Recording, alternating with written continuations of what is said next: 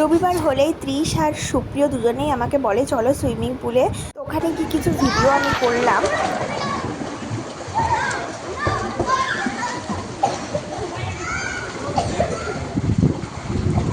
জোরে জোরে পা মার, জোরে জোরে পা মার।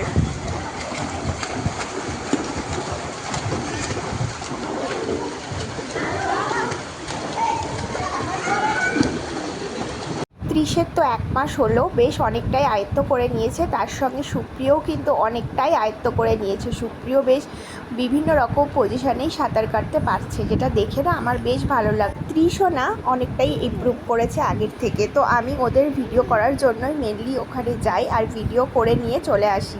আর আমার তো বসার কোনো উপায় নেই, কারণ তানিশ আমাকে একটুও বসতে দেয় না। ওখানে গিয়ে ভীষণ দুষ্টুমি করে, তাই আমি কিছুটা ভিডিও করেই বাইরে চলে আসি, ওকে নিয়ে একটু এদিক ওদিক ঘোরাঘুরি করি। তো আজকের মতো ভিডিওটা এখানে এন্ড করলাম। তোমরা খুব ভালো থেকো, টাটা।